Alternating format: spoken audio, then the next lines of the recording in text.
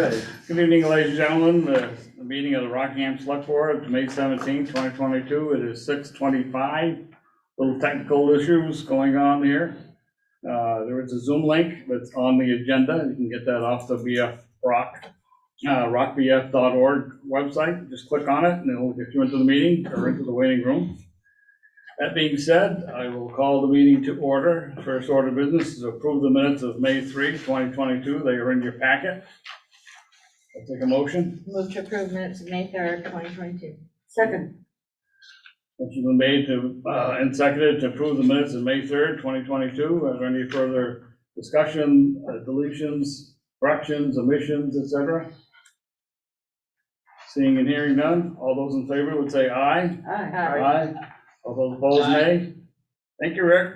If not, maybe you went to sleep over there. Time delay. Next order would be additions to the agenda for routine administrative matters and or pressing matters that will require ratification at a future meeting. I have none. Scott? No, nothing to. Yeah, that's quick. Public comment on items not on the agenda, 3 minutes per person. Get around, I don't. Do you have something, Walter? No, not yet, okay. You're on the agenda anyway. Okay, let's go down to the manager's report. Thank you. So just a couple of brief There's items. Betsy waiting to come in Oh, before you go into Betsy's- your report. That's on this here.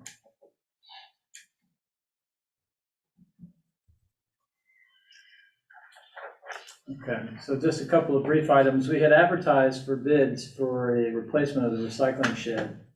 And so far, we have not received any. We had hoped to have some, at least two that we had spoken to in the past, provide us with bids, and at this point, we have not received those. So I will follow up with the contractors that we had spoken to previously. Basically, we're just trying to replace that wooden shed with something that's not going to be falling down here in the next year or two, because that shed's in rough shape. And we're using it right now for our food scrap recycling and tires. So it's used pretty heavily, and hopefully we'll get that issue resolved. But at this point, we don't have any bidders on that current project. So we'll follow up with our next meeting to find out exactly why we did not receive any bids from that particular project. The paving project, we're almost completed with all of the prep work on Pleasant Valley. We're working with Basins for dates for when they're going to start milling, and then ultimately we're working with Springfield Paving on dates for paving. So at this point, it'll already be sometime, I'm guessing, after Memorial Day, and I think by contract it would have to be done by 4th of July. We were an early bid on the asphalt this year, so that project should be moving ahead fairly soon. As soon as we find out information, we'll make sure we post information so people are aware. I know it can be somewhat of a pain when they're doing milling and they have to reroute traffic, and it's a short-term inconvenience, but it's still an inconvenience, so we'll make sure we follow up on that as well. That being said, then the rest of the summer for the highway guys, they have a project on Gaskill Hill Road that they have to complete, which will take quite a bit of time and energy. And then the normal painting, as you've already seen around town, crosswalks, stop bars, various improvements in the right of way. So projects are moving along. Hopefully we'll see where we stand with some of these bids. I'm a little concerned. We had talked to the school district about possibly doing a joint bid on heating oil, because I think we're all nervous about what our prices might be for next year's heating season. And everybody that we spoke to, none of the vendors have even started to give any kind of guarantees for their purchase prices, because at this point, none of their suppliers will guarantee any pricing that far out. So we'll keep an eye on the market and hopefully let you know when we're going out to bid to see if we can try to secure at least a halfway decent price. But it certainly appears right now that we're going to have a much more expensive heating season for next year for sure. Fingers crossed that maybe we'll see some relief between now and when we actually put our bid into the marketplace. So So the paving on Pleasant Valley Road, is that going to be completed? Are we going to have to short some stuff, or? we are going to complete it. Part of the process of what we'll talk about tonight with the highway information as well. Okay, anybody else? All right, let's move on to the agenda. This item is to review the Bells Falls Trades proposal for 66 Axon Street. There is information in your packet. Anyone from the committee over there want to speak to this? Or shall we just each up the questions? Sure, like staff, representing Bell Falls Trades, nice to be back with you folks again. And I've got a handful of volunteers here that have come. So basically, it's really, if you folks have any questions, I'm happy to answer those questions. The bottom line is, for anything to happen, it's going to take probably a year anyways to plan, design, maximize the educational experience that we can take out of this project. And so we need to get a thumbs up from the town in terms of proceeding with this project. And so if anybody has any questions, we'd be happy to answer those questions. I guess just a brief update for the board. The contractor was on site this week and is finishing final grade in seeding, so I don't know if he finished today. When I drove by this afternoon, he was still working. I wasn't sure if he was going to get everything done today, but he'll certainly be done this week. So at that point, the site is, at least from our contractual standpoint, complete. So we're really at the point where we can start to move forward with whatever the board wants in terms of property reviews or other types of activity on the site. Okay, you mentioned in this proposal, there's something about a building that's going to be erected. No specific plans yet because we don't have the design. I think the only comment in there was, especially with Chuck Wise on our board, we're going to abide by any zoning requirements or but if there's a tool shed in the plan or something like that, that is all that would be. So we Just know what off the top kind of of my a head. building, are we looking at one of those metal buildings that's going to collapse in the snow? No. I mean, Yeah, I was hoping we didn't want to get in one of those. No, we, like I said, anything we're gonna do, it's gonna be top shelf, and there's not gonna be any corners cut. And again, we're gonna work with the town to make sure that this is what the town wants there, what the schools want there. Do you have any plans for fencing the area in? Do we have any, sorry, what? Plans for fencing the area in? I know, Marcia said that or you told me Marcia has the one around the, up by the village barn, that community garden, just to keep Marcia the, can speak to this, Marcia. deer out, but I mean, we're looking at issues, we've had some issues, of course, I don't know what you know about, but our place got broken into, and they crashed the place evidently. Yeah.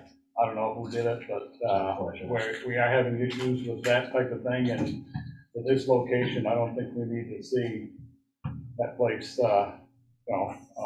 destroyed or just made looking crappy on the main street of Bells Falls. That's my own opinion. I'm not against community garden, but I don't particularly care for this particular location.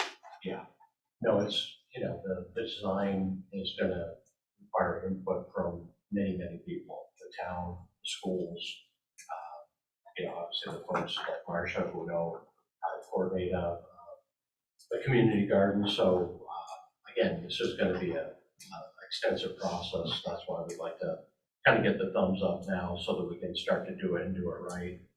So, the property's gonna still belong to the town. So the town's really gonna retain control over what's going on there. So again, everything's gonna be done right. Okay, you also mentioned here, you want the town to supply the water, sewer, and power. Why would you need sewer? The other question to that is, water and sewer is a village issue, it's not something, they have the water and sewer control. They're gonna be looking at meters and all this malarkey that goes along with it, so they can. And that's really what we're looking for, just the basic requirements to make that lot functionable. So whether sewer is necessary, probably not. But I think that's actually already there. But it's really just, the thought was, the town delivered that lot to us in a functioning manner. So that's probably more of the power of the water.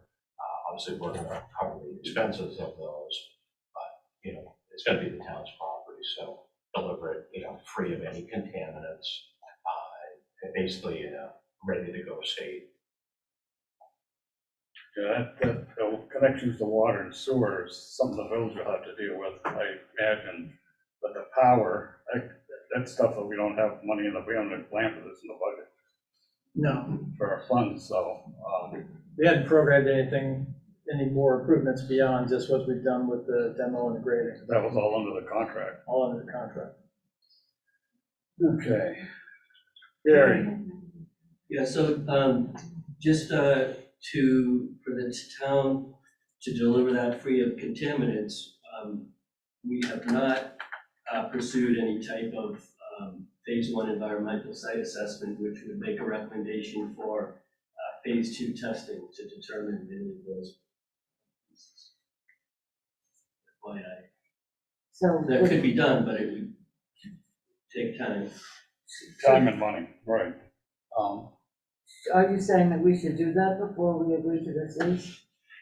I'm not making any comment on that, no, just that we can't say that we're delivering it free of contaminants without doing the environmental work to be able to say that.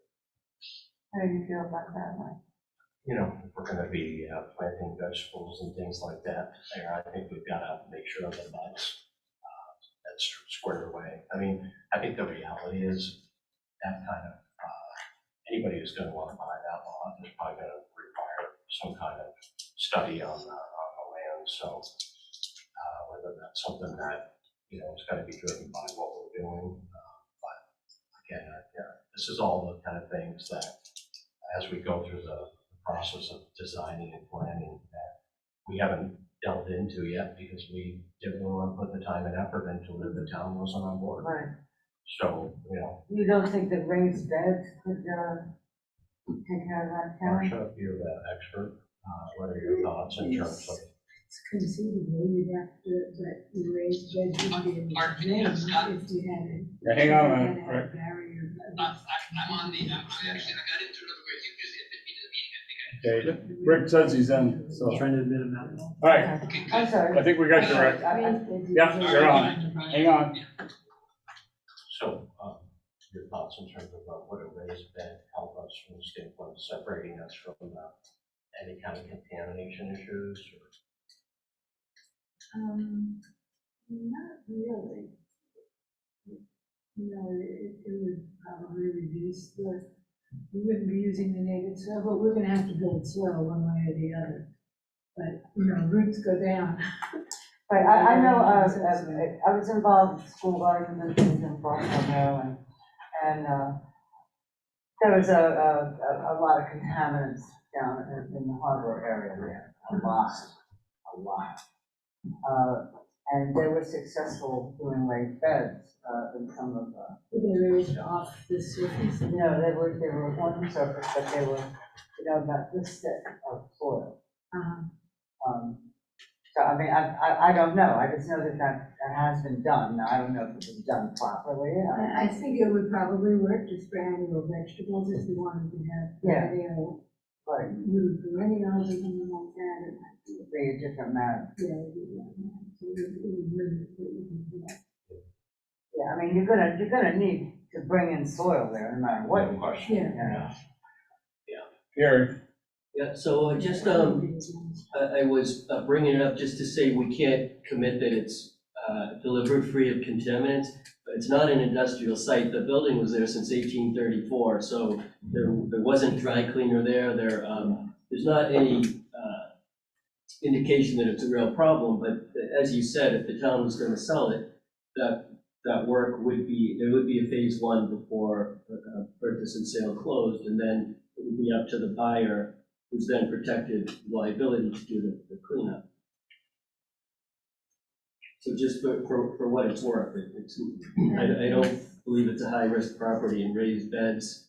There were some raised beds there that the neighborhood had been using vegetables before, and I think that group, the Community Garden Collaborative, was testing the soil, sending it for nutrition for growing and stuff to a lab, so I'm just trying to figure out if this is a deal breaker or not. You know? No, I don't. I wouldn't think so either, but again, we gotta do it all of it and answer all these questions. Yeah, we got a sort of a chicken and egg kind of thing, though, before you Yeah. guys put so much energy, and you wanna know if we're gonna lease it to you, Right, and we wanna know what's involved, with leasing it to you. right, right. So it's just kind of sort that out and figure out what we can do to make it happen.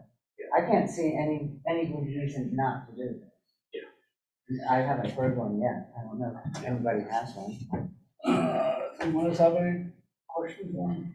No, just there was concerns raised about, traffic being that close and whether, I mean, in the landscape design, I'm sure you'll consider that of some kind of way of blocking fumes coming from traffic that might be at that stop sign with through hedges or something that might Yeah, I help thought protect about, I that. thought quite a bit about that objection at the last meeting, and, when I go online and look at community gardens all over the country, there, you often see streets right beside them, so I don't think it's a significant issue. You I can think see some of the it's- gardens I've planted in Yeah. Baltimore City. I mean, I think it's something that a landscape designer that you're working with will help you work around that to make it, Which is Scott. yeah. Wonderly, who's here. Right. And I don't know, Scott, if you have any thoughts. Actually, Scott, I thought that the town was looking into doing solar there. Chuck had mentioned something about you guys were studying the intersection from the standpoint of doing some things that might slow the traffic down in that area. Yeah, there's a grant right now, we have a Transportation Alternatives Grant, which is studying that Atkinson School Street and that entire intersection. We also, we're working with the school district, they bought the rapid flashing pedestrian crossing signals that we're looking to see what that would make sense to install, to try to enhance some of the visibility of the crossing. And one location that people have said would make the most sense is keeping it on that northern border, which would then be on the same side as the middle school. So that if you had a signalized crossing there, that would make the most sense. The kids would stay on one sidewalk down from middle school, cross that, Atkinson, and be able to go to the other side of the street, so.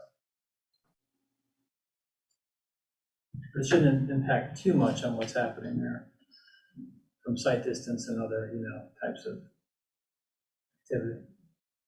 But again, from the standpoint of the design, obviously if they're gonna be students coming from the middle school down there or from the elementary school through the side of the lot, I mean, that's something we're gonna have to incorporate into the design in terms of protecting, that corner lot from traffic and any kind of racing through there. And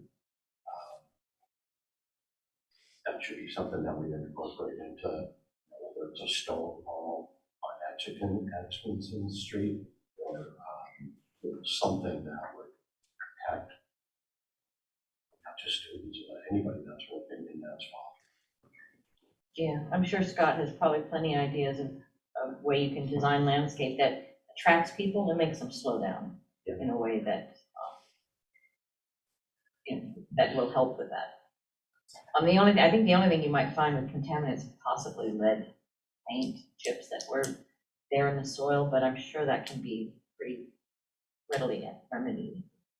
I mean, I've got to believe with bringing, soil in there that we're going to try to grow things and we're going to be going down a ways to take out what's there and anything that, is left over from the demolition, just to have sort of that will, produce. So I think there's going to be some natural, removal of whatever the top. I drive by now and it's just pretty much a dust. It does not look like, soil that's going to grow anything. You can't grow anything there. So I think that, we're going to be probably going down a bit. I don't know, Marshall or Scott, if you have any thoughts in terms of what we might naturally, whether we then do raised beds on top of that or, what are your thoughts? I know you don't have design, we really have not, issue here. No, I can address a couple of the comments. In terms of contamination, I'm not gonna say who would pay for it, but it is important to know whether the site's contaminated, and I agree with you if it is. My guess would be it'd be lead, but often what will happen is the site will be capped. So when we worked on Saxon River Park, which was heavily contaminated, there's just a series of different ways that you can cap the soil, and the idea is that you're making sure the public doesn't come in contact with the contaminants. So that may be actually like raising the elevation above what's there, raised beds or other ways. But you could also move material around the site, so it doesn't necessarily just have to go only up. In terms of sight lines and privacy and fumes, kind of screening or definition or delineation of the park as viewed from the outside, and what the experience is inside will be kind of looked at and explored. If there's traffic studies going on, that would be a part. How it links with public infrastructure would also be looked at. And if the project's done well, it's the complexity and kind of the multidisciplinary nature of this type of project is why it really will work well for the program that Mike's envisioned in terms of including kids in multiple disciplines. And it's a great site for it. That, I think the comments the last meeting, which I watched on Zoom, sorry, about it would be great to have infill and another building go back. I think that's really a valid point in a lot of historic district sites in urban areas, whereas the buildings burn or fall down or are taken down, you have kind of these missing teeth. You know, the UNA's building, I would say, is one of those sites. Like, you gotta put a building back. It wouldn't be appropriate to make that space a park. But that building has been so, that site has been so unique with that structure, which is so different than everything around it.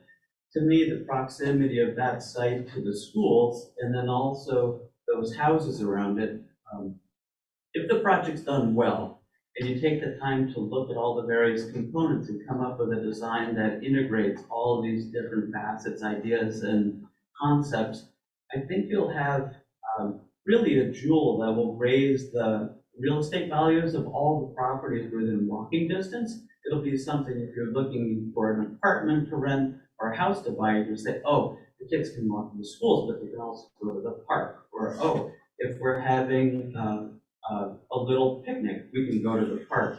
And so I think that site's different than the UNA's site.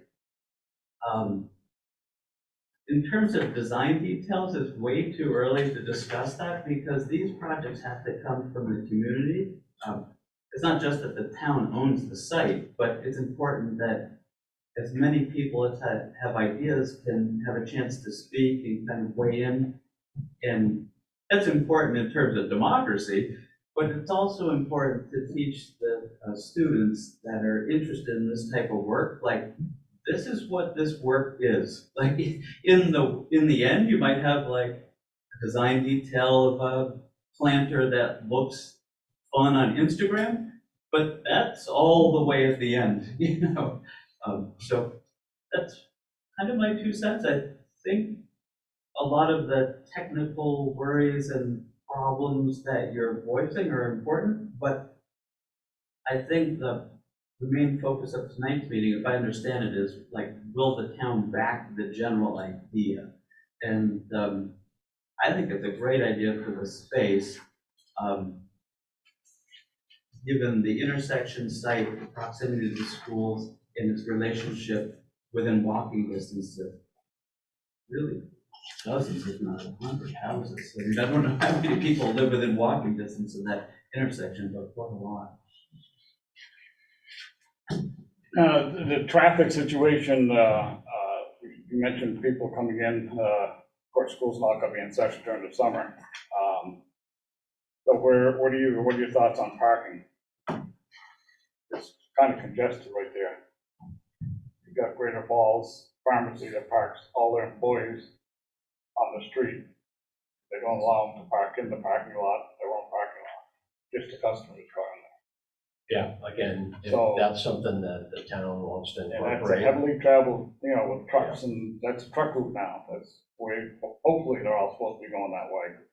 There are a few that sneak through the square, but, they're not supposed to be. I mean, I'm not sure how much parking we could add to the space without taking, significant chunk of the garden away or the park away from the planning, but that's something that the town wants to incorporate into the plan. I mean, I think we can factor that in. I think a lot of people are gonna be walking there, whether it's walking from the middle school or the elementary school. I don't think they're gonna be driving there to get involved with the garden. And how much Use park parking, for a bike rack. yeah, how much parking would you anticipate needing there? Yeah. Honestly, I mean, I know there's been some thoughts that the school could maybe use some more parking, and if that wanted to be incorporated into that space, I mean, we want to do what's in the best interest for the town. So, I mean, but I personally don't think parking is gonna be I think a lot of people that are gonna be coming there are gonna be walking there or taking a bike, are gonna basically be from or walking from the schools. So I think, wherever they're parking or taking a bus to get to the school is not gonna change. The people are already there in that space. Yeah, and I don't see parking as being. The other thing, if you consider the alternate lot that the town also owns on Church Place, I haven't, to be honest with you. We were kind of focused on this one because it's proximity to the elementary school. the elementary school is just down the street, closer to this other lot than Yeah. the one currently. Yeah. And you're not having the traffic issues over there on Main Street. Hadn't considered that, being And honest with you. that would be the same situation, power and water and sewer connection to it. It doesn't have the sun exposure there at all. Talking, Grand Festival. I don't, is it as big? I don't think it's as big. Right. What's that? It's not the same size either. It's smaller. It's a little smaller, yeah, but No, I mean, I like the idea of leaving the sightline to the school, at least at this point in the other question comes up is the maintenance of the lot as we're going down the road. Your landscaping, stuff like that, who's gonna be responsible for that? That's gonna be a town issue, there's money we have to allocate for that. I say, I'm not against community garden, I'm just not in favor of this site. Well, my input is that I think that this is a super exciting project and I'd love to be part of it. I don't think that this is the spot that I would choose to put it. I don't think that it's the highest and best use of the site. Personally. But I love the project and I would very much like to be part of it anywhere that they go. But that being said, I'm not going to stand in anybody's way, if there's, a group that's got this far, and actually doing something, I'm never going to, shoot down a community project, so, but it's not what I would choose. Where time. would you like them to put it? Like the project? That's not something that I've considered.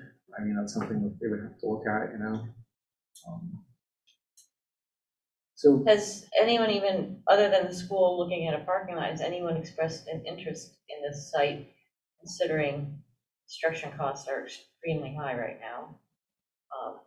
And anyone else I suppose you can build a house there with some parking, apartment building, but I don't know what else would fit into that site in the short term. I mean, 10 years, if it's a 10-year lease, we can look at this in 10 years, or we can even,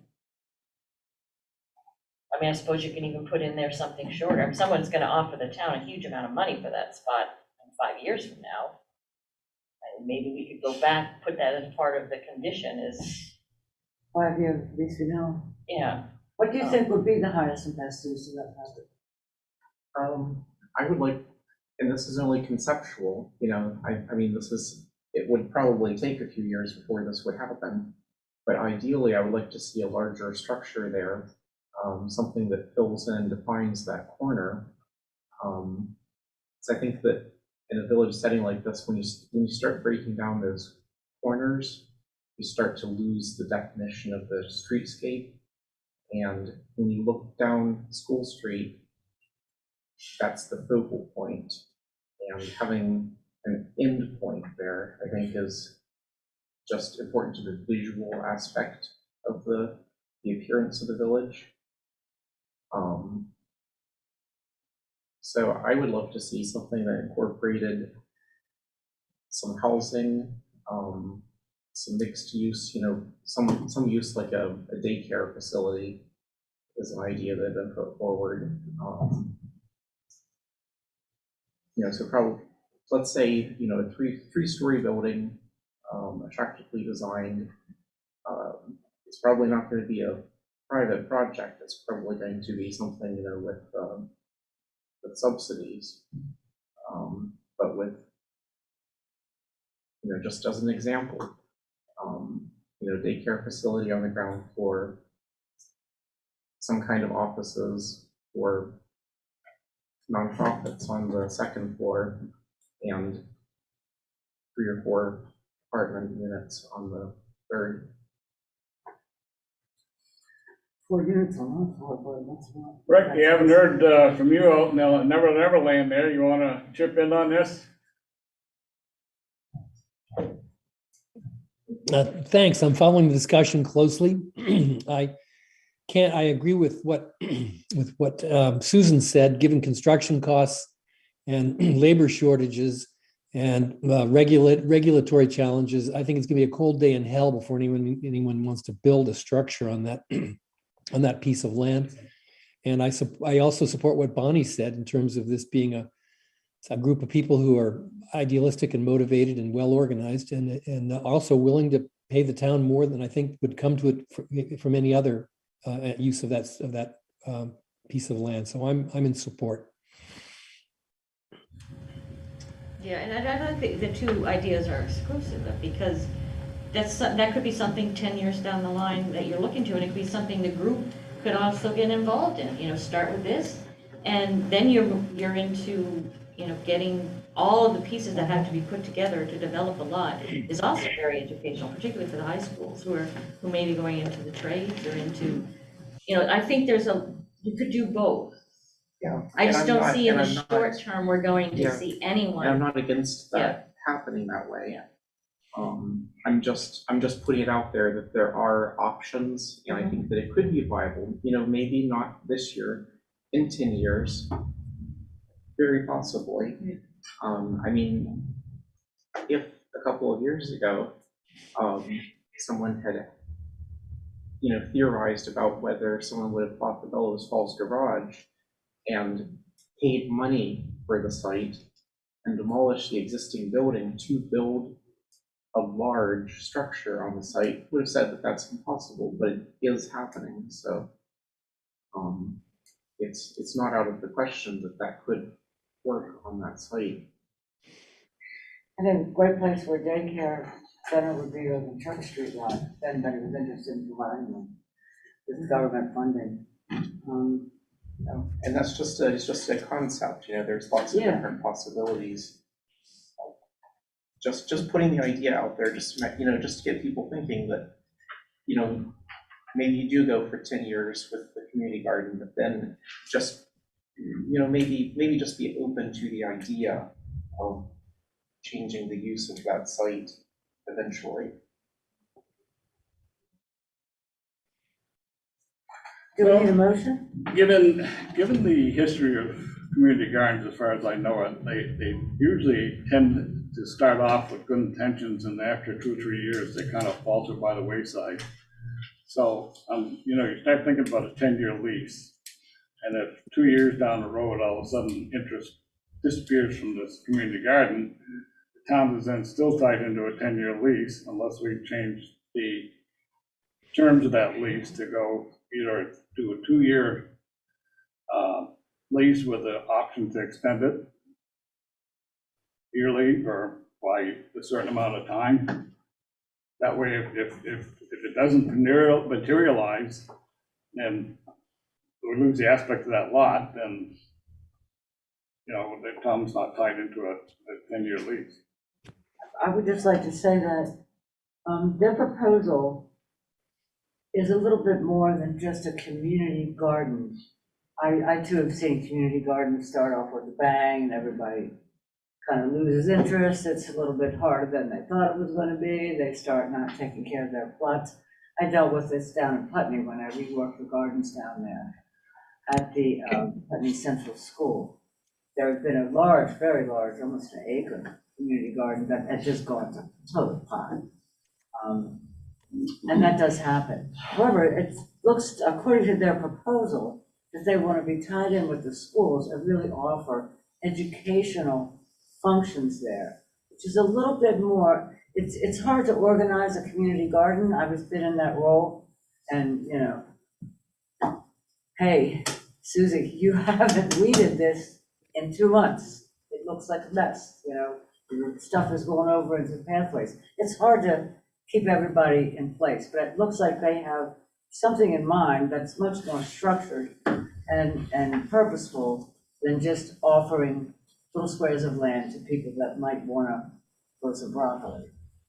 It's my experience. So that being said, if the vote is positive, what's your timeline to get this going? I mean, you're looking at power, water, et cetera, et cetera. You mean somebody's gonna have to meet, or your group's gonna have to meet with the trustees, talk about the water and the sewer, if it's needed, and get approval from them. This town can't just hook it up. And then how's it gonna be operated? We don't need an open faucet there where everybody just comes in and it's a community watering hole. So that's another issue which you need to deal with. We do at the community garden up on the hill is we have a lock on the standpipe. Right. So that it keeps people from using it. Peter, I have a question. Go ahead, Rick. Mike, I wanted to understand how the trades group would help young people, how this project, I mean, once the above the raised beds are built, what further construction would there be there that would provide learning opportunities for young people in town who want to enter the trades? Yeah, and honestly, I think probably Marcia's one of the best folks to respond to that. Obviously, initially, we're going to have the design phase, and Scott has volunteered his organization to set up what's called job shadowing or internships, so students can be involved with the process of designing, and then obviously the construction phase, and Scott, you mentioned how you use a transit, and there's so many different opportunities. And obviously, once the garden is up and running, there's the management of the garden, any kind of advertising, any financial literacy involved with, selling the produce. Mark Debo's here also, who's from the school, and I've had conversations, and maybe Mark has also had conversations with folks at the middle school and at the elementary school that are looking to incorporate the garden into their classroom experience, including they have a program down at the elementary schools called Farm to Table, and they actually bring some of the food from the garden that they have, I think it's actually the middle school, into the kitchen at the elementary school, and the kids eat it. So it's, I think we're seeing a transition in the school system that's going to a kind of a learning-based, hands-on experience, starting all the way down at the kindergarten and the elementary school. Cheryl Charles is here, and she's doing a lot of work to try to incorporate that kind of approach into the education system across the. So I don't know if any folks want to chime in, but you're in a better position to kind of speak about how the schools will utilize this opportunity to advance the curriculum. Sir, I can speak from the high school level. So as a school counselor, in the 5 years that I've been in this community working with our students, I've really noticed that a traditional approach to education really is not what works for all students. We have students who physically have a hard time maintaining themselves within the building. And these are the students who often graduate from high school, if they're lucky, and they remain in our community. And what we're looking for is if these people are going to remain in our community and become community members here as adults, we want them to be invested. We want them to be involved in their community. And this is a really great opportunity for them to learn the skills that Mike had shared previously, and to take some pride within their community and pride in what they find interesting and move that forward. We have about 30 students right now, just within the last month, that have approached us or we have identified to set up job shadowing. And we are really trying to gauge their interest and then really scale that to support this effort. If there's an opportunity, if they're talking about advertising, if they're talking about anything to do with gardening, landscaping, anything like that, we're really trying to line them up for this opportunity. It would be really helpful if this was approved and we could move forward with that for these students, so that not only can they earn or identify a different pathway to high school graduation, but they can feel good about doing that. Thank you. That detail's helpful. Go ahead, Cheryl, did you want to add? Sure, just from the, hi, I'm Cheryl Charles, and I serve on the Supervisory Union Board, but also chair the Westminster Board. And would say that we have a really active farm-to-school program in Westminster with a pretty vibrant school garden there, and we do produce food that's used in the food services program. One of the opportunities with this piece of land, the community garden idea, is really outdoor classroom, farm to school, even a small area for the little preschoolers that are taken care of at the Central Elementary School, so that they have some place to play and learn outdoors. You can think of even on a lot that size, kind of a variety of different rooms, for want of a better word to describe it.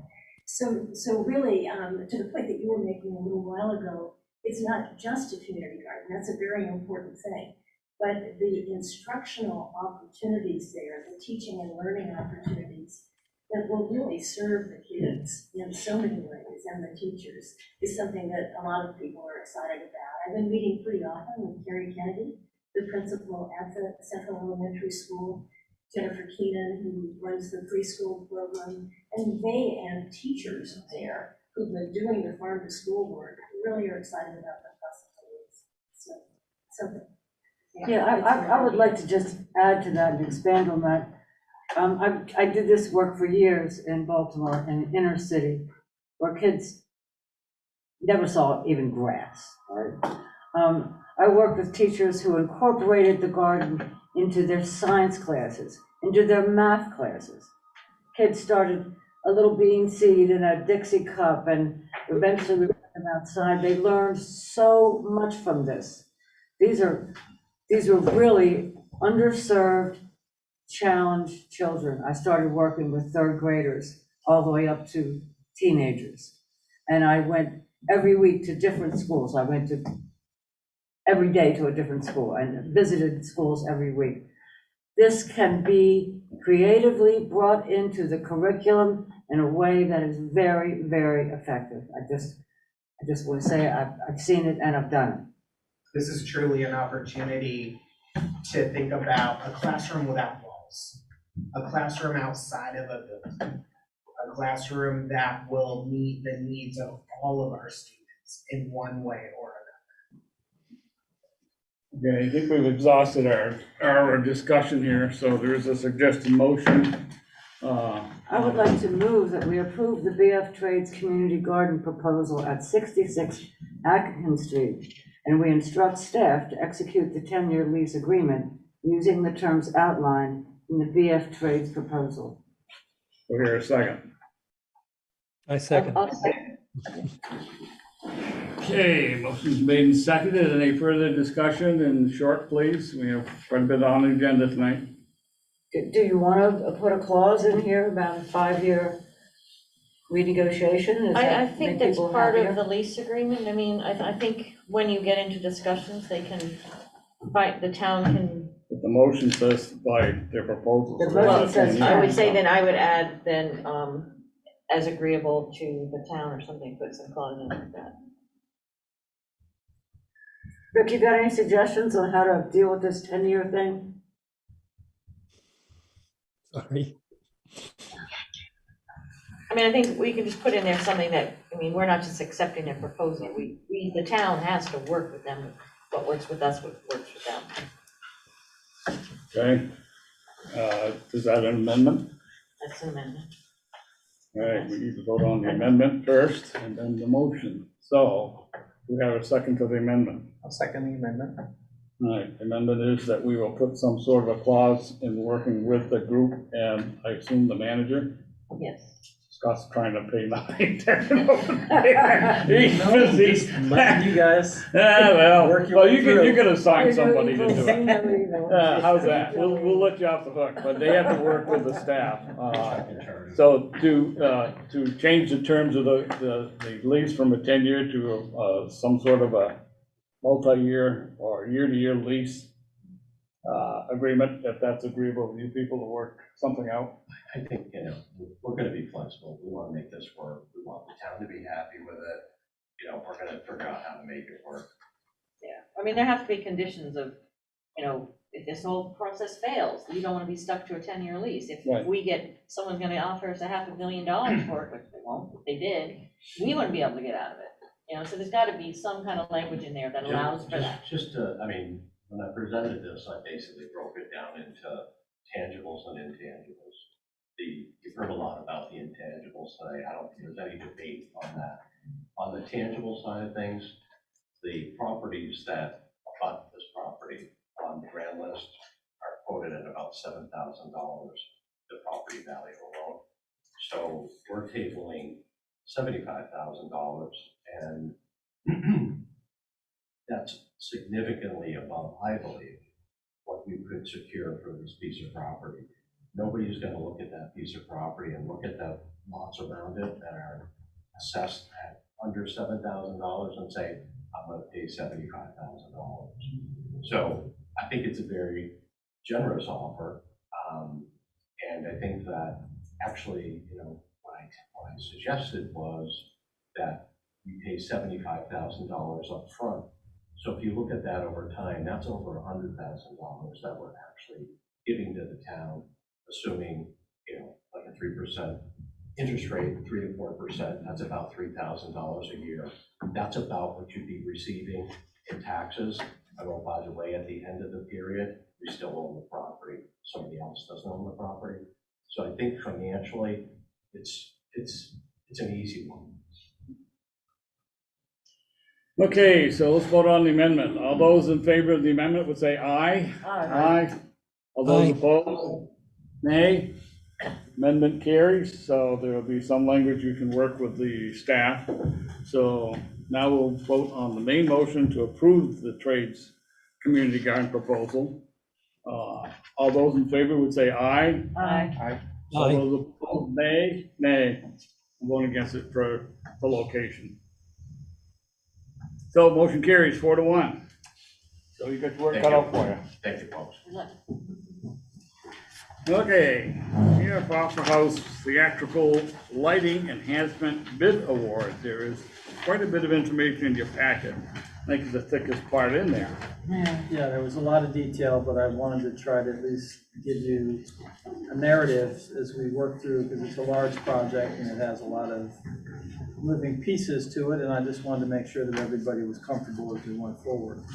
So really, if you recall, we had a previous discussion about our cultural facilities grant, and there was some concern about how that project was moving forward. At that time, I explained to the board that there had been some concern about structural integrity of the actual Opera House facility and the roof there. We did engage a structural engineering firm they did come back and say to us, and I did just give you a brief piece of that information from them about where the stress points are in the roof and the fact that we're going to have to reduce weight in order to support any kind of a rigging or lighting or other type of system in that current facility. So with that in mind, that's where we came up with the placement. There's in the access ways, it was basically put together with plywood and 2x4s and building, you know, sort of a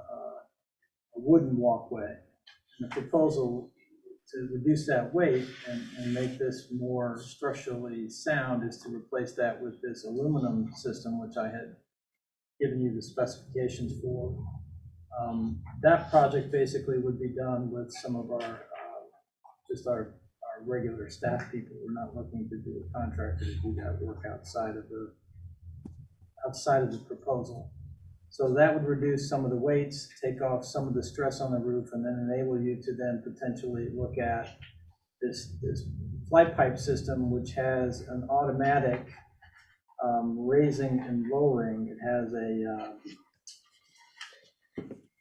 basically, if you look at the lights that are currently in the theater now, which they use for productions, the one that are on the stage areas, they are all a weighted system and rigging system, so somebody has to raise and lower those with ropes, and it's a little more prone to problems if somebody's not a experienced rigger. You can drop those lights, and if you don't have your weights appropriately set, you can also then have those the rigging and the lights be unstable. So with all those sort of concerns and the fact that this proposed lighting system goes above an audience, it was really decided that we needed to make sure we had a system that was more stable.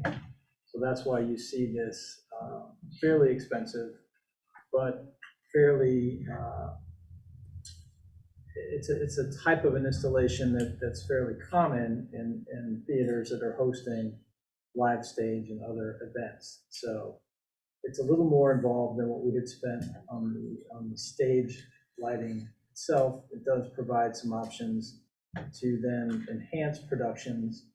And one of the concerns that we had after we went through all of that information, we engaged the consultant, went through a whole host of on-site meetings, follow-up meetings, and received bids, was back to our partnership with RED in terms of, let's see if this is going to make sense from a fiscal standpoint before we make a recommendation to the select board in terms of programming of the actual space. It's a little difficult for me to come to you with a six-figure proposal if in fact we're not going to be programming significantly more live events in the space, which then have a higher sort of potential rate of return.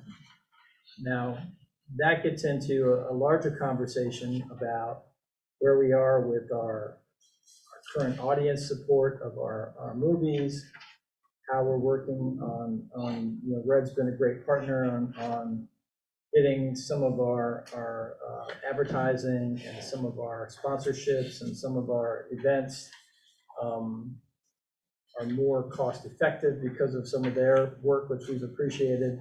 But as you can see in the memo from Red, there's a sort of integrated ramping up of productions in order to sort of justify our continuing investment in that for this lighting system in particular.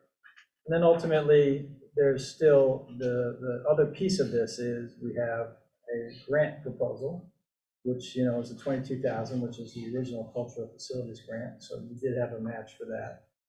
And then all of this is really potentially financially viable without impacting your tax rate or impacting your current budget because of the work that Gary did with the Shuttered Venue grant program, which has been very helpful. It has really offset a lot of our expenses in the first 18 plus months of operation. And so the revenues, if you recall, we had not programmed in the previous year any real offset to the Shuttered Venue money. So the monies that are coming in are basically free, so to speak, for you to use for this purpose, if that's in fact what you wanted to do. Long-term investment in the facility, and I know that 2006 is a long time ago, but that's when the most recent major improvement was done in the actual Opera House facility itself. We're still paying for some of that work, and I did incorporate, just for your information, the 3 remaining payments on that 20-year bond. So you can see that we have $162,000 due in November of 23, another 155 due in November of 24, and then a final payment of roughly 7,000, which closes out the entire obligation, and that's in 2025. So your investment here will not necessarily add to your long-term indebtedness if you wanted to do other work going forward, meaning roofs or other types of investment. You certainly would have the capability to do that. So it's sort of a long-winded introduction to a pretty substantial project, and I'm sure that there's questions about all sorts of aspects of this proposal, but I just wanted to sort of give that highlight, and then certainly open it up to. So we're looking at 187,000 minus the $22,000 grant, which equals out to 165, as your figures say. Yes, So of actual how town money. are we paying for that? That's going to come out of the revenues, from the existing revenues from the theater operations, which have been offset by the shuttered venue money. So if you looked at the spreadsheet and sort of the financial backing to this thing, Peter, we've roughly, with the additional second tranche of shuttered venue grant money, will have received roughly $216,000 worth of federal support for the theater operation. In that same time period, we basically will have earned roughly $236,000 in actual revenue. So that's where you're going to get your $185,000 roughly to support the grant. So we've already used 144,000 of that money up the shuttered venue of the 216, which leaves the 72,000 to evidently apply towards this lighting system or expenses for the operation of the theater. We applied, remember, initially we applied for the 144. So that's the one set of funds. The second set is the 70,000, which is the second round. So all of that can be offset against the revenue, which is. Because if you look at the sheet that's, I assume Charlie sent this in, this one here with the VFOH revenue The sheet. green, that was actually reworked, was worked through, Charlie did the, Charlie's costs. sheet doesn't make any sense to me. The numbers are all over the spot. There's no point. You don't know whether it's whole dollars and cents. You mean this page, right? Yeah, it's crazy.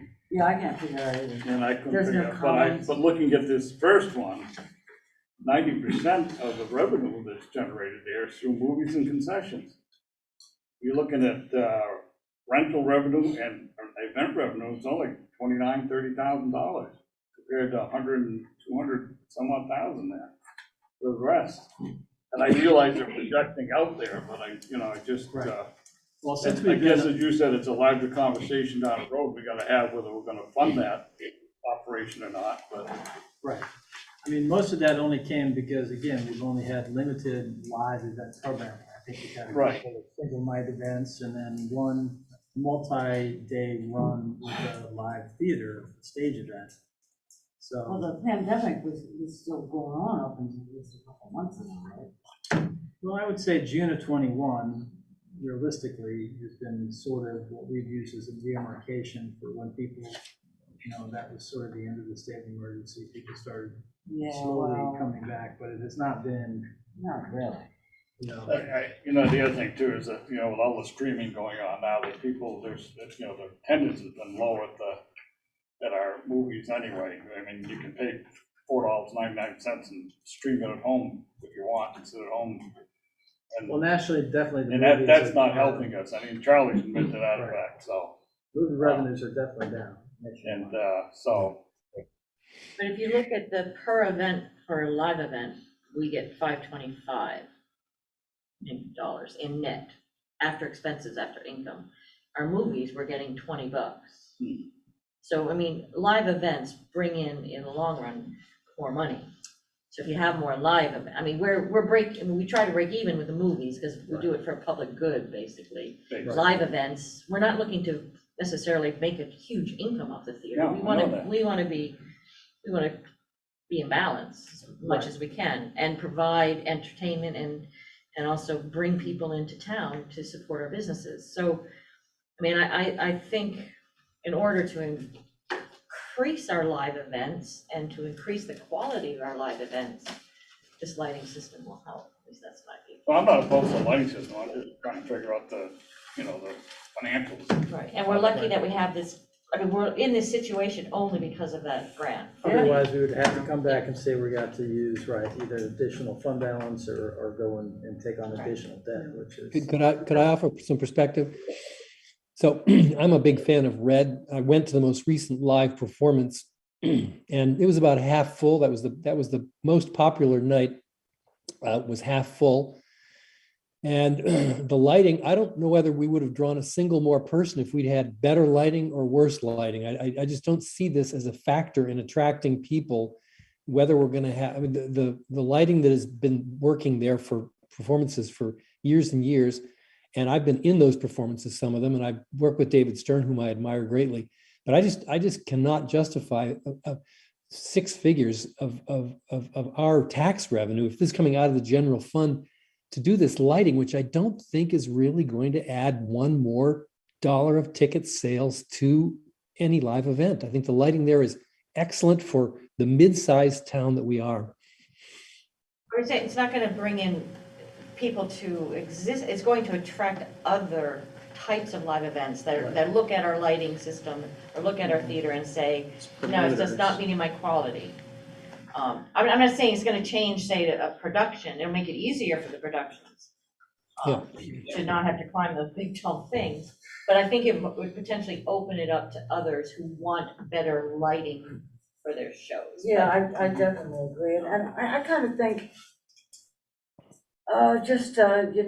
looking at the current situation in the entertainment world and the future and the enormous investment Rockingham has in this opera house already. If we have this opportunity to upgrade our systems with the help of these grants that we've received, I think we'd be fools not to do it. And I agree, if it was coming out of tax dollars, if it's coming out of our fund balance, then Yeah. no. But this is coming, I mean, we're in this situation because of this special grant we had, that, Right. I mean, we would have, if we didn't open up to theaters right now, we would just be sitting on this money because we won't have any operating expenses. Well, when I first looked at this, my first reaction was about the same as yours, Rick. I thought, this is way too expensive. How can we possibly even think about putting this money into this? But then I realized, because we have the shuttered venue grant funds, that is what is paying for the operation of the Opera House this year. So all the revenue that has come in is free and clear above what has already been covered by this grant. So we now have, all of that revenue is just there for us to decide how we want to invest it. And I think it makes good sense to invest that money back into the theater to help make it more viable in the future. If this was $185,000 out of the taxpayer's pocket, I would say absolutely not. Yeah. They're absolutely not. There's no way you could consider doing that. But because this is above and beyond, it's already been offset by this grant. It just makes sense to reinvest it back into the facility so that the facility has a better chance of being able to support itself into the future. And make that transition away from when nobody's going to a movie. Yeah. Yeah. That's a good point, Elijah. Wait, one at a time, folks, please. Go, Rick.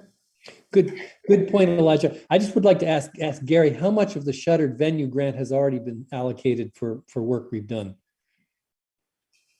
144,000, Rick, we already spent on No, 260. So that's not true. I think that, like $4,000 was actually spent on something, so there's $210,000 that can be, less the 4,000, so 206,000 that can be applied to expenses, right up until June 30th of this year. So the expenses going back to, March 2020. But certainly even within this year, I mean, Alyssa ran all the numbers, the spreadsheet there shows it clearly that there's enough expenses that the $210,000 pays for. And then all of the revenues, like Elijah was saying, all of those are available for this project. And there's also, it's not just that the lights we have work, there's some things that are breaking. There's a patchwork of theater people putting up their own lights and towers and plugging into computer architecture that still works on a floppy drive. It's crashed a little bit. It's not. It's certainly not going to last a couple of years. Never mind, work for a couple of decades. And the thing that's exciting about Charlie's projections, I understand it can be hard to follow. He's including all the operational numbers so you can see that there's a net there, just with the base rent. But the exciting part is that 36 live shows a year in a few years' time. But in order to be able to do that, and I think you folks mentioned that too, it's the lighting system to be able to attract more live events, like the same quality that we've had there that have been selling out. To have that many when you're competing with Colonial Theater, Northern Stage, Latches, you have to be able to provide something decent. And I mean, the upgrades just, you can't run an architecture that we have. It's not gonna last. It seems like it's a little bit of a mistake Wait. too, right? Here we go, let's, one at a time. We've got 3 people trying to talk at once and nobody makes any sense. So please, if we could kind of, everybody's jumping into once. We're not going through a central point. So Rick. All right. Thank you, Gary, for explaining that. That's very helpful. The sound system is what was the most troubling of all the live performances I've seen there. The thing that's really bad is the sound. And can any of this technology, any investment be made in sound, or is it all just lights? It's all just lights we're talking right now. Yeah, I don't think that this has any improvement, Rick, that I can see in the actual sound systems within the theater. This is all rigging, lighting, cabling to support digital controlling through this motherboard, and then other types of really sort of upgrades that will be able to then run more expensive and more intense digital productions that go into these new kind of touring companies. So that's really, I think, what this supports. And I believe also. Thank you very much, Scott. I'm out of town, so I didn't get the packet. So if these questions seem obvious, it's because all I have is the agenda in front of me. Thank you for that answer. Gary, does the shuttered venues grant run their course? Yes, there will be no There won't more be any lights. more. The Okay, that's 210,000. one question. All right. Elijah, you got to try to attempt something there. Oh, no, I was just saying that I think also this would include just a communication system for the backstage people. That's something that I saw in here. Yeah. Bonnie, do you have something? Yeah, I mean, I'm asking a question. It sounded like from this engineer's report and all, that we also have a little bit of a safety issue with the weight of what we have there now and our troubled roof. Yes, Isn't that true? we do. So it's also a safety issue to replace the old and heavy stuff we have there with this lightweight material, with this better system that's lighter, right? Yeah, we have to reduce weight on the trusses in that ceiling. Right. But the No matter lights what. don't have anything to do with that. It's No, the lights do have something. Well, it does hang, this system will attach to the steel supports. And then we'll have a full, it'll have a motorized system, and there will be some weight, but it won't be significant.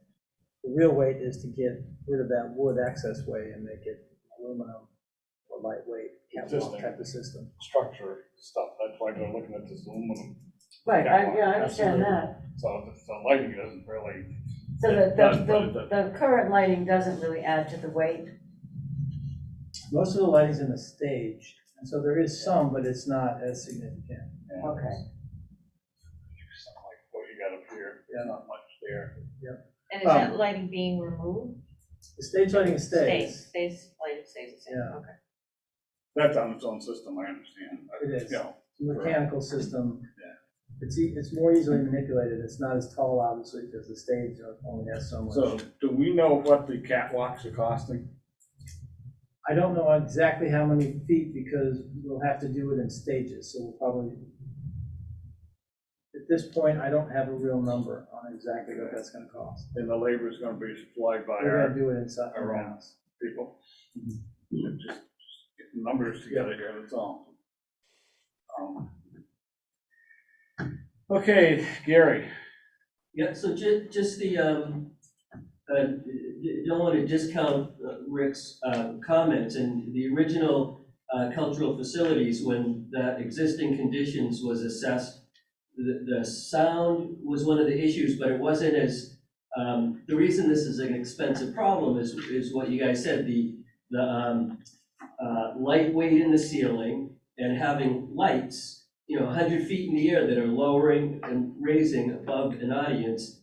And this system, it has computers in it, it's tracking the amount of weight it's lowering and raising, it has all these safety features built in it.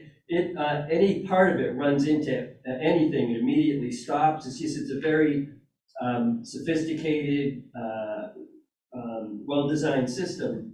And then the sound stuff was more, like when a show comes, they can drop in a file that's, the music is all timed and cued to everything, and we don't have like the soundboard capability to do that, but it's not the really expensive engineered stuff. The soundboard is affordable for us to do in the regular annual.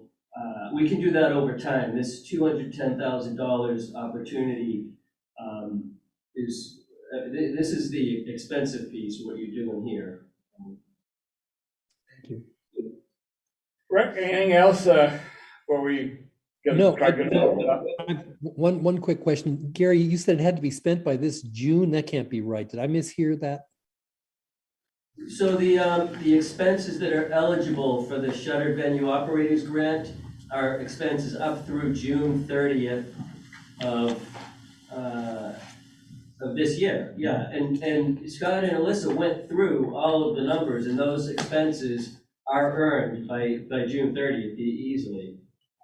So if we sign a contract to buy this stuff, it'll be here in time for us to get it paid by the grant by June 30th with the supply chain stuff that's going on now. Here So- already. It's here already. They said they were gonna have it be reimbursable, but they actually sent us the money before, as soon as we were awarded it. So It this- just showed up in our bank account. I think because it was small enough, they didn't want to deal with the reimbursable paperwork. So a lot of these shuttered venue things were in the millions. Thank you. My objections evaporate. Well, we gotta ask questions, Rick. Okay, there is no suggested motion, so I don't see one anyway. So if someone wants to make a motion to approve the housing theater system improvement, I would which is like the to, lighting. I'd like to make a motion to approve the improvements to the upper house lighting system and to award the. If you look at the second page of my memo, the last sentence, I guess, is what I would have considered for a. Award the theatrical lighting proposal RFP to VLS of Williston, Vermont for the price of $187,329. I'll second that. Okay, motion's been made and seconded to approve the lighting system for the theater. Any further questions, suggestions, or discussion? Seeing and hearing none, all those in favor will say aye. Aye. Aye. All those opposed, nay. Motion carries. All right, review highway budget status report. That's scary. Yep, so But, it's scary in a good way. yes, if we get the money. If you feel good about our federal partners, then it's not so scary. I just wanted to highlight to the board where we are in the reimbursement process. We have submitted and are waiting on final payment on $605,000 worth of direct expenses from the July storms of last year. We still have one other category to reimburse, and that's called Category Z, and that's just administrative time that was spent in things like meetings and developing cost estimates and preparing all the detail. But that won't be huge amount, it's significant amounts of money. The big money has been spent in the highway fund, so that's what I wanted to bring to your attention. Currently, the feds are reimbursing at 90%. There is some state reimbursement. They have accepted our LHMP, so my understanding is that with that, we should be getting the balance of the state funding paid for as well. But until I get that approval from them, I held off on putting that into the memo, just so that you can see that right now, the federal portion is roughly $545,000. The additional state portion will be roughly another $60,000. So overall, it impacts our current position. If you look at our fund balances in the highway fund, you'll see we're overexpended by a total of $360,000. But anticipating those reimbursements, you'll see that we'll still have a healthy surplus and enough money to go forward and deal with all the projects and all the work that we're required to do. So it's just a timing issue at this point, but I wanted to bring it to the board's attention with the specific numbers, just so that everybody was comfortable as to where we are and what's happening.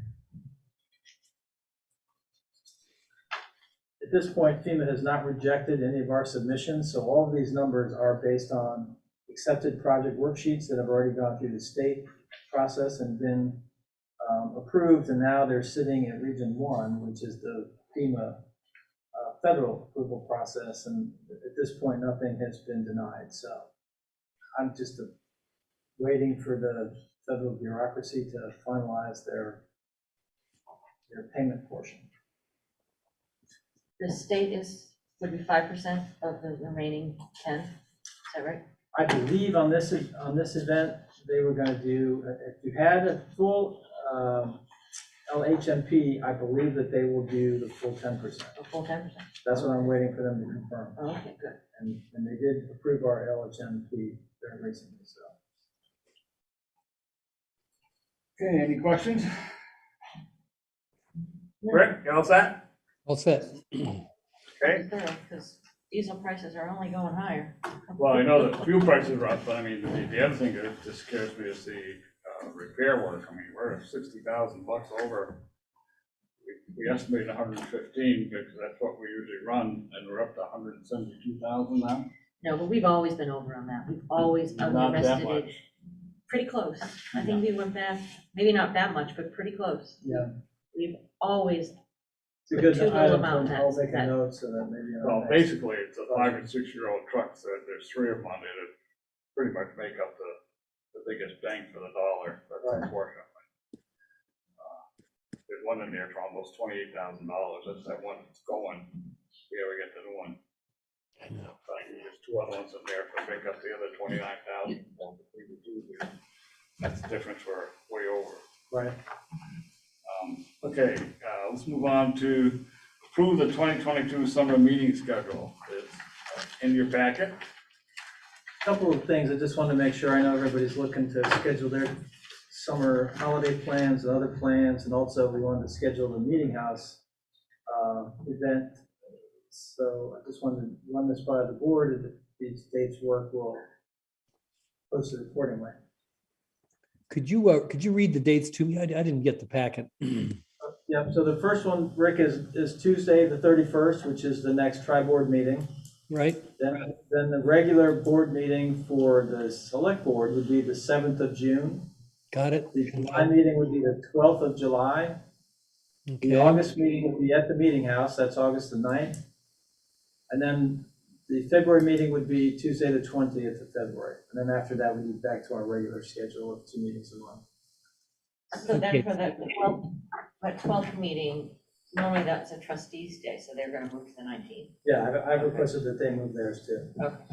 Mostly so that everybody avoids the You gonna be here for holidays. the 19th? Because I'm not, 19th of what? July.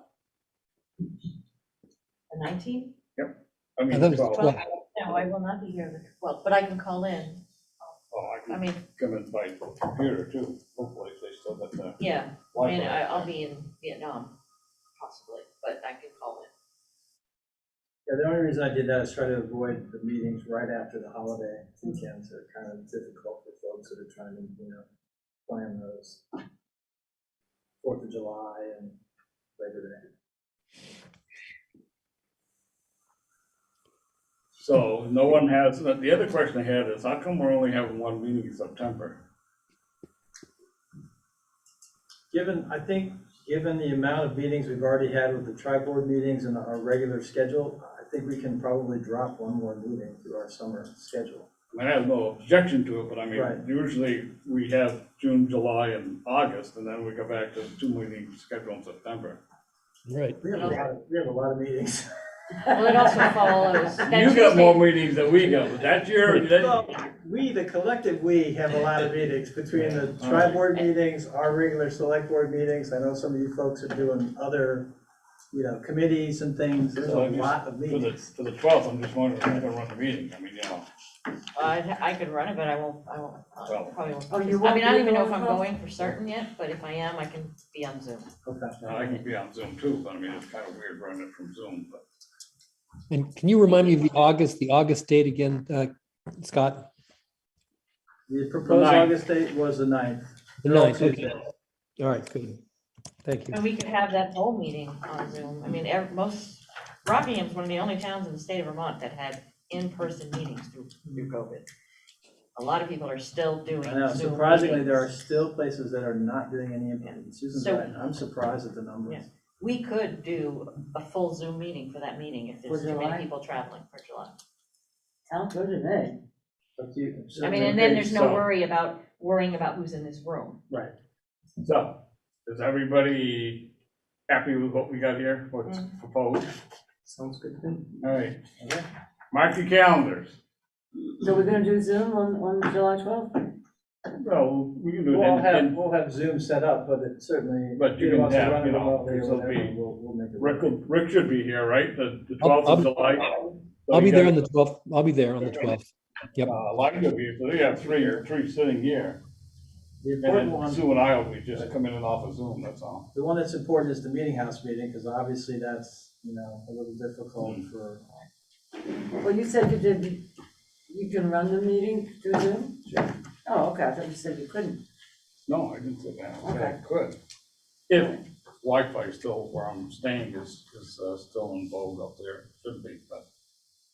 Okay, we're all set with that, let's go to NBRC grant application and authorize the resolution.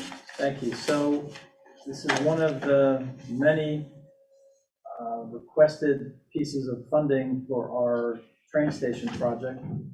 So Gary had laid out our sort of next step. So the Northern Borders piece, we did submit a sort of a pre-application. They approved our initial submission and asked us to do the full submission. And also at this point, we're going to be eligible for it potentially for $350,000 through this Northern Borders grant process. So with that, Gary wanted to just update you on the matrix in terms of where the funding stack sits so that everybody could sort of see where he's looking to allocate different pieces of money. And there are other pieces of this funding which are still waiting to work through. So with that in mind, I think this is a significant piece of our funding stack. And at this point, we're just asking you to approve our executing the full application through their portal, which is due June the 3rd. So we've been working on additional enhancements since we did the initial application.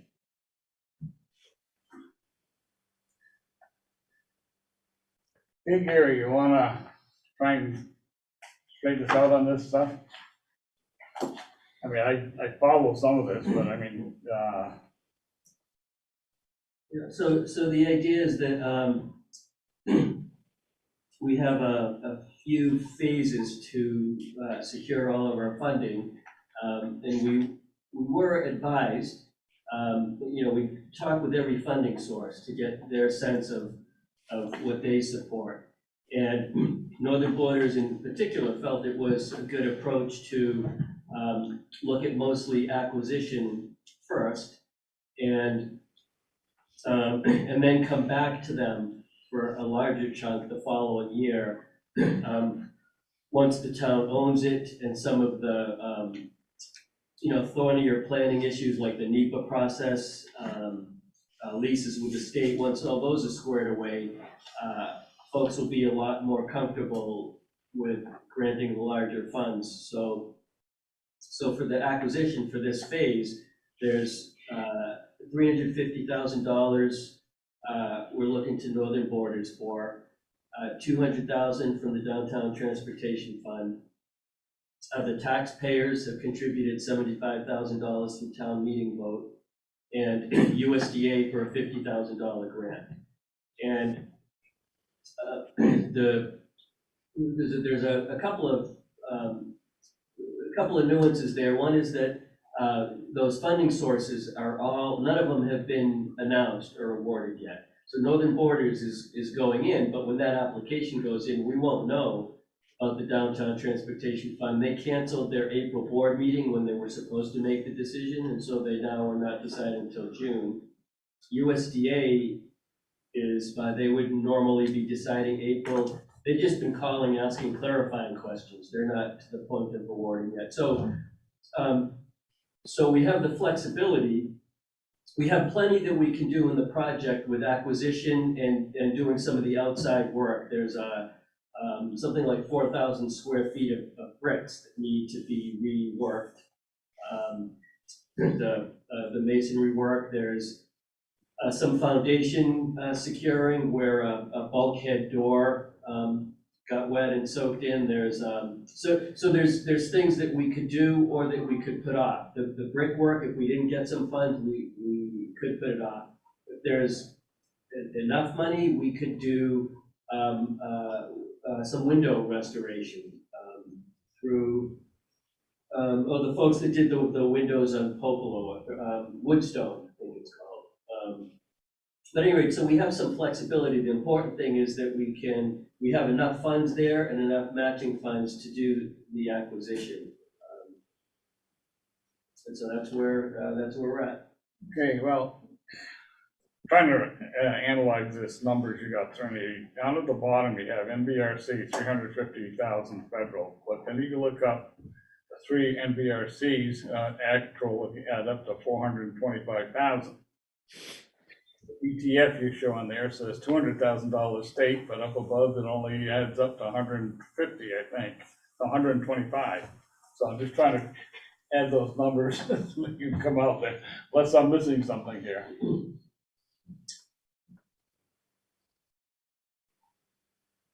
So what I'm let's saying? see, DTF, I see, you're right, that's comes in at 125,000. So there's 75,000, we're getting another grant or something from DTF to make up the 200? yeah, no, that's just a mistake on my part on this sources and uses table. Okay, so same. So we have enough work, so the window and door restoration, $135,000.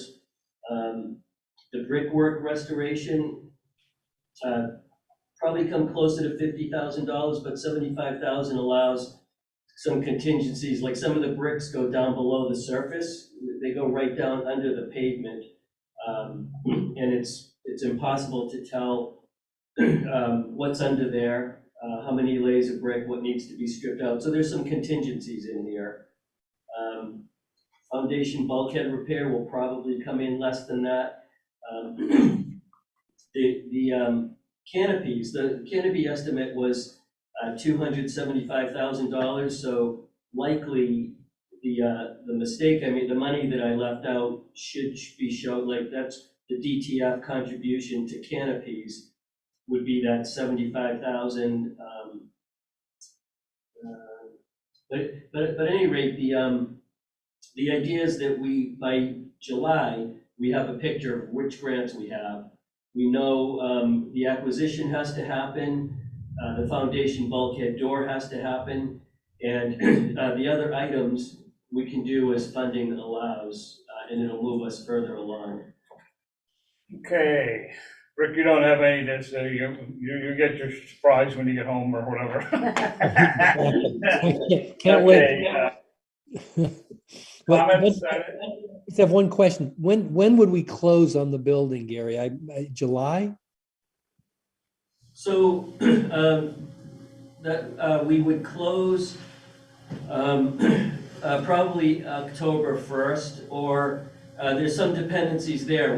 There has to be a notice to proceed from all of the funding sources before we purchase it, and the NEPA process has to be finished before you get a notice to proceed. So that's the National Environmental Policy Act, and it's the environmental review. So things like a bat species that's endangered that has their habitat on the island, that's going to come out in that. So there's a lot of different dependencies in there, and they all work. They all come together nicely, but we can't pin. I would say that the acquisition would be by October 1st, but it's possible it could be earlier. The goal is to have a purchase option, but there's again, there's some complications there because you have so many different funding sources. Most of them allow you to have a purchase option. In fact, the Vermont Community Development Program requires it. But the Northern Borders grant, they don't allow a purchase option per se because it's a commitment of funds before you have your NEPA and notice to proceed. But we have we're not the only ones. There's some other applicants that are facing the same issue. And I think we all together found a solution with writing a contingent on the funding being awarded, so that it's not a commitment of funds unless they award the funds, which was their concern with pre-commitment. So it's just that they're all moving parts, and there's a lot of complications, so many funding sources, but you can get them to work together. It's just being flexible and paying attention and talking with all of the funders as you move along. They want to make things work. If they can, they do. They just each have their own rules, and some are more rigid than others. Okay, well, thanks for all your work on this. Hey, there's a motion there. Someone wants to make it. I move to authorize Scott Pickup, municipal manager, to execute all NBRC investment documents that bind the town of Rockingham. If you're a second. A second. Motion was made and seconded to authorize Scott Pickup, municipal manager, to execute all NBRC investment documents that bind the town of Rockingham to the bill. That being said, any further discussion? Seeing and hearing none, all those in favor would say aye. Aye. Aye. All those opposed, nay. Motion carries. Resolution for corporate card authorization. I don't see anything here. It was in the back, it was attached to the back of Gary's. Yeah, I think it was in there too, then. You didn't get a copy of that? You should have You seen don't it. have this? It's a colored sheet. People do not Not back you at the can- time. Okay, there it is. There Yeah. it is. Oh, Okay. yeah, I thought that was involved with the. No, all it is just an update. Since we obviously have a new finance director, we had to go back to our issuing bank and update our agreement so that she is part of this process. So Did it's you not, get demoted here? It says you're the board clerk now? you know. Not the manager. I know. Well, they want the clerk, they But the want the second clerk to side says you're attest. the manager, so I know. it's just funny, because down below it says board clerk Well, again. they wanted it tested by the clerk, so we have to do this resolution so that we can have it attested so that all of our corporate entity, all of our corporate folks are approved for the agreement. So it's really just adding Alyssa. Okay, so you need a motion to authorize you to sign this commercial card resolution form. Yes, please. So moved. Give me a second. Second. Motion made and seconded to have the manager sign the business card, corporate card agreement authorization. Further discussion? Seeing and hearing none, all those in favor would say aye. Aye. Aye. All opposed, nay. Motion carried. Are you still with us, Walter? I'm right behind you. No, you're first. Took us a while to get down to Walt, but here we are. Okay, request for waiver of usage fee for Rockingham Meeting House. This is something you probably don't have in your packet, Rick. But what it is the Republican committee evidently has requested to waive the $150 per usage or per day fee what they'll do is they'll exchange for them giving us some labor to offset the amount of money they're trying to waive. So they're looking at 6 work days, I guess, and there's a description of what they're gonna do. Basically is to the swinging doors on the Hearst building. There's a couple of like barn doors that open up that kind of hinges are falling off and things that need to be done there. That some of the framing has to be repaired. Repair and support of the Hearst building floor. Foundation repair for the northerly shed and realignment with the Hearst building. Clearing brush along the hedgerow. Plumbing, straightening out basically of the granite fence post and wooden fence repair around the cemetery. So the town official or the coordinator will be present, according to what this says, so. That's basically what they're asking for. So that's the background, Rick. It's a lot of free labor. A lot of free labor, but according to the agreement that the Rockingham Meeting House or the Historic Preservation Commission says, that it's supposed to be used for educational purposes. It sounds like more like it's a Republican convention type situation to discuss Republican issues versus. So I don't know, I don't know if that's an educational, I guess I'd have to turn to Walter, who's behind me, to kind of enlighten us a little bit on what's proposed. Yeah, we're moving target, he's over here now, Rick. Move to your right. He keeps dodging the issue, you got it, Rick. I can't see Walter, it. you have the floor, sir. One of the things that's kind of neat about the select board meetings here, or other meetings that I've attended here, is that it's flat, that people sit around a table, sit in circles and have conversations, as opposed to some kind of hierarchical structure where you're facing up to the select board and they're staring down at you. Part of the circle, you know.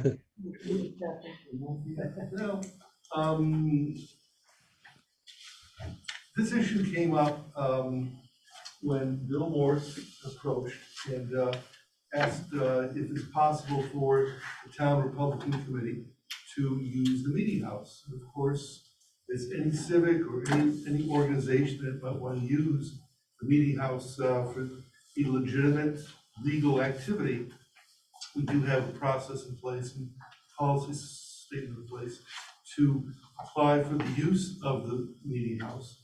And there's a user fee involved. The user fee right now, by order of the select board, is $150 for 1 day use. $200 if you're a Rockingham resident. If you're from out of town, it's $250 a day.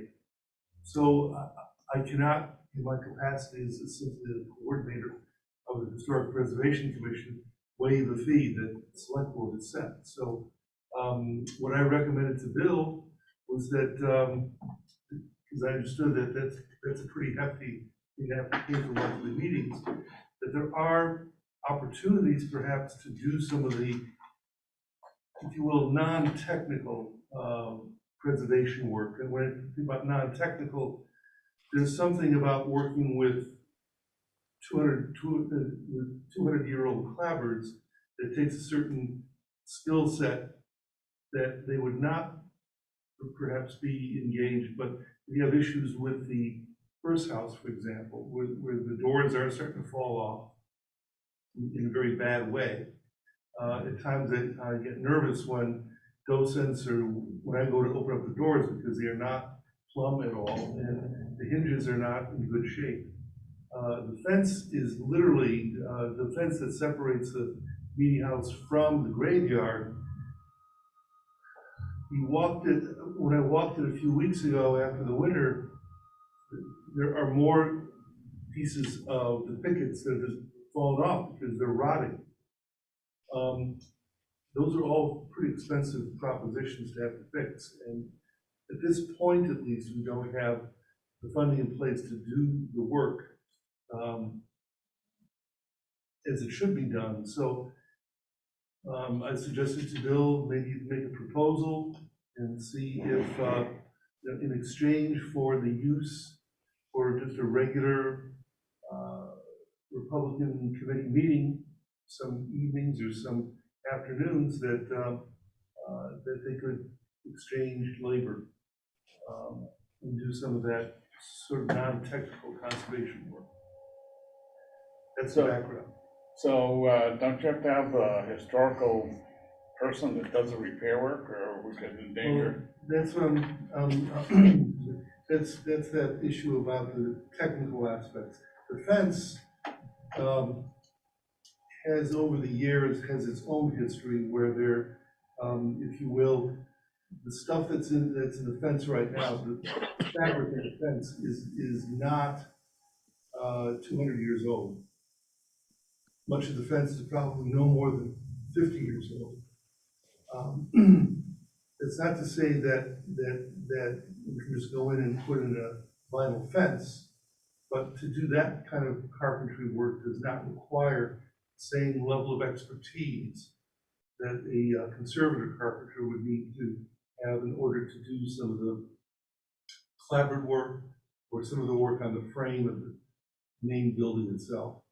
So I think we identified, if you will, the non-technical work, clearing a hedgerow, cutting back brush, working on a door, working on the fence, things that do not touch the really very fragile and very important 18th century fabric building itself. So does that hold true for the hearse and the shed? The hearse building? Yeah, it would, again, excuse me, as long as we don't go in there and put on vinyl siding. As long as we go in there and use essentially just taking the doors off and fixing, we already have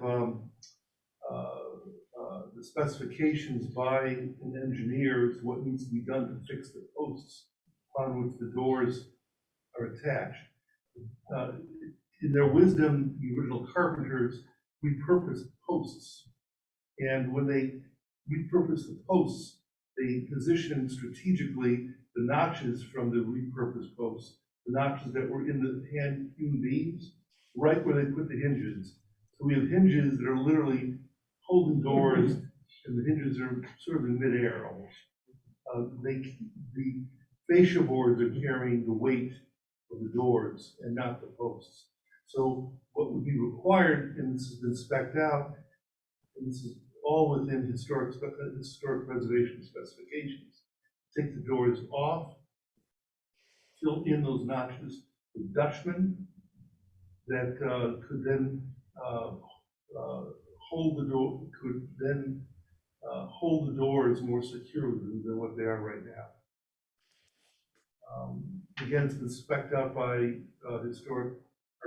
by architectural historians. That was based on a study done back in 2018. Work that we started to do, but then the pandemic hit, and frankly, since the pandemic, I can't get anybody to come in. We could get to maybe 5 years. And by the way, the original estimate was for $2,000 to fix the doors, and now people are saying maybe $8,000 or more to fix the doors. So we're in this situation where we started a project that never really got very far along, COVID hit, and now we have an opportunity to have some of those. Okay, Roger, you were at that meeting when this, resolution was presented or voted on. How do you stand on this? I don't want to throw it on you, but. As far as their proposal to pay, to pay the fee with in-kind work, I think that sounds perfectly reasonable. I think the amount of work they'd be doing more than makes up for the waiving the fee. I think that's a fair exchange. I don't think we're not going to be out anything. We're not really waiving the fee. We're just we're getting work in kind to make that up. But as far as the reason for doing that, I wouldn't say that this is an educational thing. It's political, so it doesn't really fall under this specifically. Yeah, that was my hang up in talking with Scott. It was that hang up we were trying to figure out how to work that around. It's not educational, it's political, evidently. Yeah. Actually, if I could clarify that for you. Could you? Sure. The purpose of these monthly meetings is to vet out candidates that are running for office. We are open, we're the Republican town committee of Rockingham, but we are open to all. We don't really care about your political affiliation.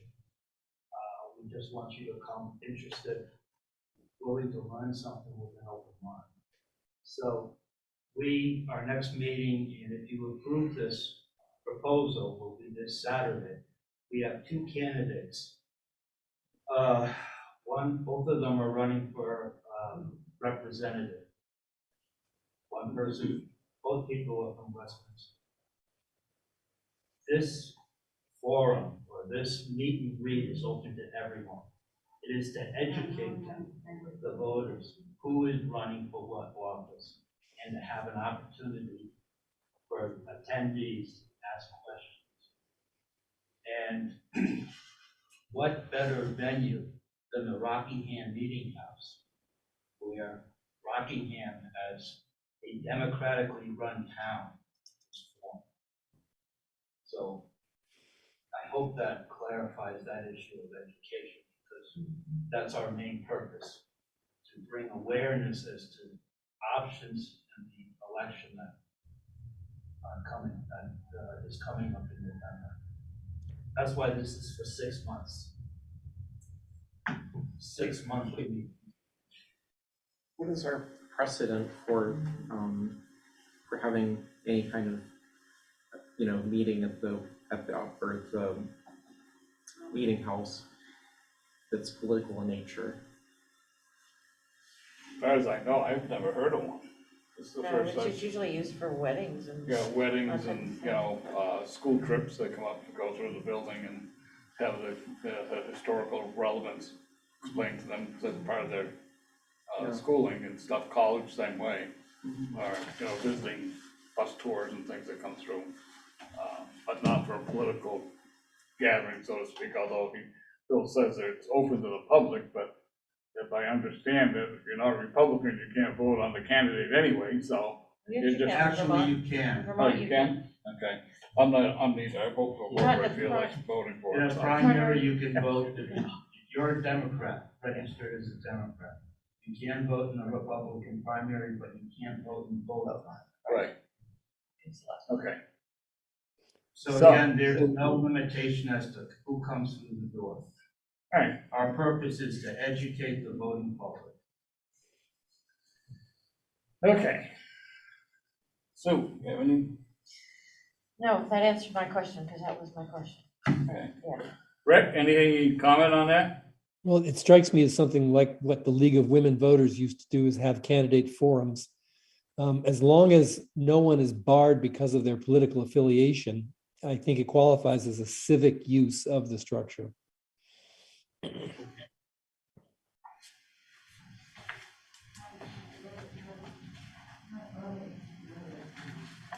Okay. And So, there was just another question, so who will be there to oversee this trades person? You will be, okay. And again, what I will have in hand are some of these engineering reports that we have, say what needs to be done, although some of these things, it's obvious, if you have a granite fence post like this, it's a matter simply of, with the proper equipment, digging it out and straightening it out. Because the weight of the fence, what's happened with the fence is that, the weight of the wood, I mean, it's a very heavy fence, heavy wooden fence, it's literally just been pushing over, you can just see, looking down the line, it's more and more, it's falling down. And yeah, the pictures you had setting it. were revealing, that's for sure. There will be pictures of what they're attempting to do, Rick, in your packet. Okay, So you'll be able to see the when I get back. Descriptions. Descriptions, I know, okay. Okay, so, what's your pleasure, folks? Want to make a motion to let them go ahead or waive the fee, or? I move that we allow the Republican Party to hold their event there, that in exchange for the labor that they have offered, that it will be supervised by Walter Wallace, who will be on site when the work is being done, or at least supervising the key aspects of it, and that the event be open to all citizens of Rockingham or other towns with no qualification of political affiliation to attend. Okay, is there a second? Motion made and seconded to approve the proposal for the Rockingham Meeting House and waive the fee of $150 per day, which they claim is going to be 6. Any further discussion? All those in favor would say aye. Aye. Aye. Opposed, nay. Motion carries. Okay, let's get down, review orders and approve order bills and warrants. Your motion? Thank you, everyone. Thanks, Bill.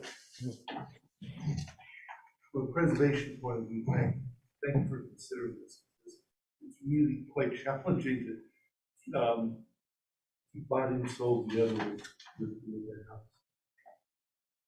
All right, now review order and approve orders, bills and warrants. Take a motion, please.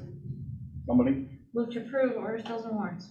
I'll second. Motion's made and approved to review and approve orders, bills and warrants. All those in favor would say aye. Aye. Aye. All those opposed, nay. Agenda items for the June 7th, 2022 meeting. You got anything on their, cooking on their stove they'd like to get on the agenda? No, if you do, the manager's office is open for emails. Review agenda items for the joint board meeting. I think we talked about those a couple of weeks ago. I'll just give you just a quick update. So we're gonna have the ARPA report and the report out from all the work that's been done through the public meetings. The area-wide plan, Jerry is working on coordination to have that reported out at that meeting as well. There'll be update on the tax sale, where we stand with that process. And also the fire equipment committee did have some items that we wanted to bring back to the larger board to discuss. So those are at least 4 of the items that I'm aware of for that meeting. Quick question, Scott. Did we get that grant to study the fire departments? No, we talked about it, Rick, and we're not sure of the timing on that, because the other grants are, the ones for equipment and USDA grants are looking to be awarded sometime in June or July, but I think they said that the other one might be until later in the fall. Okay. They had applied for, so we're proceeding. Lots of work to do, but yeah, that one's going to be later. Okay, thanks. Okay, let's go to other business, Rick, seeing you're Nothing, it's 2:20 a.m. here in Spain, so I'm about to check out. That's what I was gonna say, I wanted to get you off of here quick. I can imagine. All right, Sue, anything? Fading fast. Yeah, no, other than, at the Transportation Committee meeting, Wyndham Regional yesterday, we did, our bridge was the #1 bridge that was in the most need of repair in Wyndham County. So we're winners. So we're winners for the worst bridge. Yeah, we got something to accomplish, right? Whether the state agrees. Any money come with it? No. Whether the state agrees is another question, but. Well, there you go. It's another step in the right direction. I have nothing. Bonnie? Zoot. Okay, nothing there, no executive session tonight, so I'll take a motion to adjourn. Motion to adjourn. Second? Second. All those in favor would say aye. Aye. We're out of here. Thanks, Rick. Aye. Record.